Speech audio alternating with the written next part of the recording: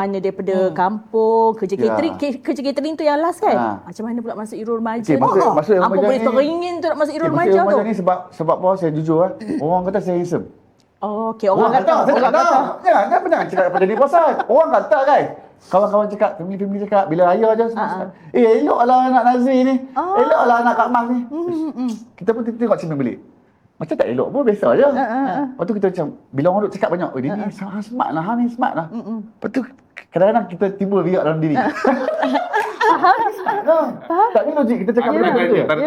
Aku ni smart ke? Aku saya silap aku jadi pelakon kot kan. Macam berminat kan benda-benda ni. Dream Goyang tu. Riak dia keluar tau, riak dia keluar. Aku rasa macam, tentang aku betul pun orang cakap. Bukan nak ambil hati pun. Betul pun. Make sense lah. Make sense kan. So kita tak try rumah lagi. Rumah tu besar sangat. Tengok producer kita pun gelak-gelak tau. Rumah tu Tengah kita terlalu besar. Sebab kita tahu level-level dia Patah Amin semua. Kita bukan level tu. So kita try yang bodoh-bodoh dulu. Tak nak bodoh. Tak, dia sebenarnya Tak orang apa, cegah salah dia Ramadan. dulu. Salah Ramadan ni masuk I salah buat. Tapi gitu. orang cegah betul, dia betul. tahu maksud dia kalau dia cakap bodoh tu maksud dia Yang simple. simple-simple. Simple. Masuk yang muda-muda dulu. So terpilih. Terpilih masuk muda-muda ni. So dia jadi muda-muda baju Melayu. Orang tak tahu, kenapa ambil aku jadi muda?